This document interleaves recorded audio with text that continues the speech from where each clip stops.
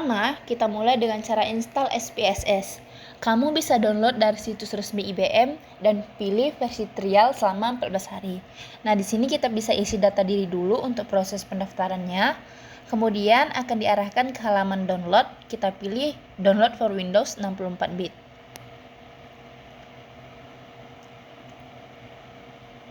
Nah, setelah berhasil diunduh, tinggal ikuti proses instalasi seperti biasa.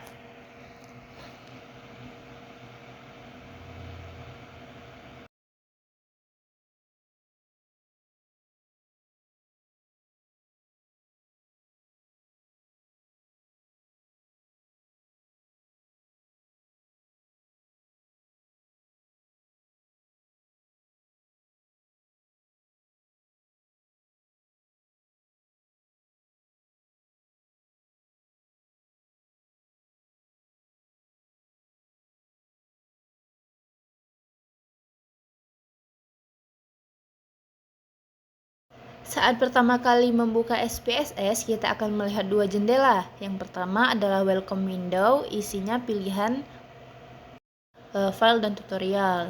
Yang kedua adalah jendela utama, yaitu e-data editor. Ini tempat kita akan bekerja mengolah data. Kita bisa tutup welcome window kalau tidak dibutuhkan. Nah, di bagian bawah data editor ada dua tab. Yang pertama ada data view, seperti tampilan Excel, tempat kita memasukkan data. Kemudian ada variable view. Variable view itu tempat kita mendefinisikan nama variabel, jenis data, label, dan skala pengukuran. Misalnya kita punya variabel gender, umur, dan nilai. Nah, semua itu didefinisikan di variabel view terlebih dahulu. Nah, di sini saya sudah punya file Excel, file data yang sudah saya siapkan. Nah, jika kamu udah punya data di Excel kayak misalnya yang saya punya seperti ini datanya, ada X1 dan Y, kamu bisa tinggal copy paste ke data view di SPSS. Nah, kemudian kita pastekan langsung ke data view-nya. Nah, pastikan urutan kolom dan jenis datanya sesuai. Nah, setelah data masuk seperti ini,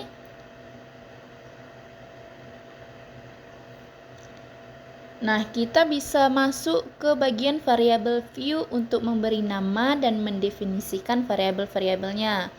Nah, misal data saya yang pertama saya ubah menjadi X1 dan yang kedua menjadi Y sesuai dengan data yang sudah saya buat terlebih dahulu.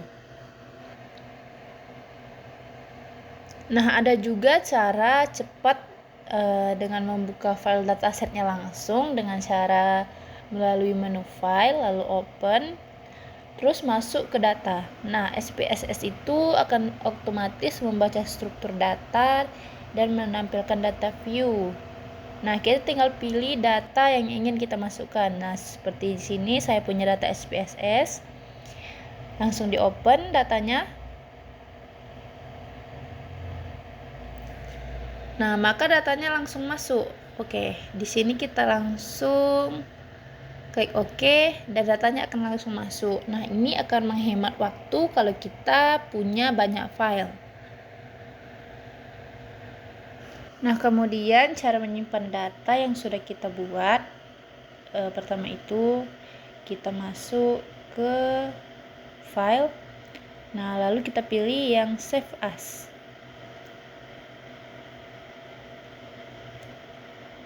Atau bisa juga dengan menggunakan Ctrl S.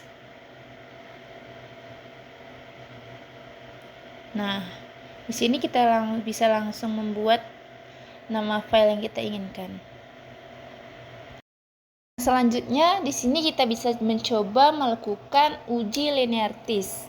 Nah, dengan cara pertama tuh kita bisa masuk ke menu analyze, terus compare, terus masuk ke means. Nah, di sini kita bisa masukkan langsung data yang ingin kita tes. Misalnya di sini ada fasilitas belajar, kita masukkan ke independent list. dan modal motivasi belajar kita masukkan ke dependent list. Nah, kemudian kita pilih di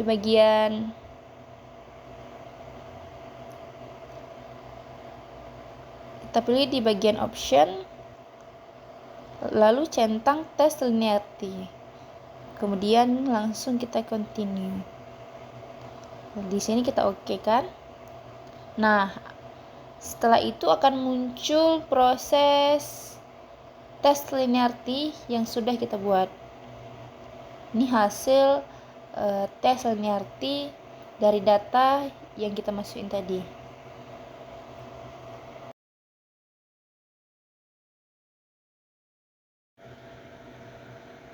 Nah, kemudian kita bisa simpan dengan cara Ctrl S atau langsung ke file, save, dan masukkan nama datanya. Di sini saya buat contoh data. Nah, langsung tersimpan.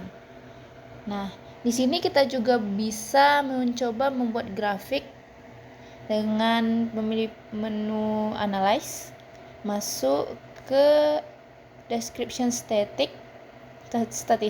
Nah, di sini kita terserah mau masukin data yang mana. Lalu kita pilih jenis. Kita bisa pilih jenis grafik, misalnya kita memilih histogram. Nah, jangan lupa dengan memasukkan datanya ya. Nah, jika sudah, maka datanya akan menjadi visual grafik histogram. Nah, di sini kita coba buat grafik lain. Kita kembali masuk ke description static. Nah, ada juga itu pie chart. Kita langsung continue. Hasilnya akan keluar seperti ini.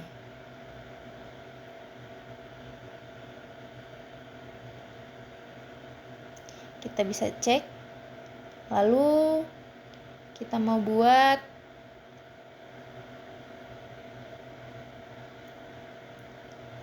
explore, kita masuk ke explore.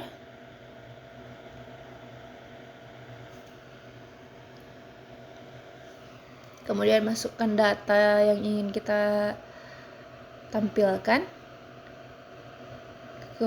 Kemudian pilih plots dan centang normality plots with test. Lalu kita continue. Langsung oke. Nah, di sini akan keluar hasil proses tes normality dari data yang kita masukkan tadi. Ada beberapa kurva juga dari tes normality-nya. Kita bisa cek satu-satu data yang ingin kita buat.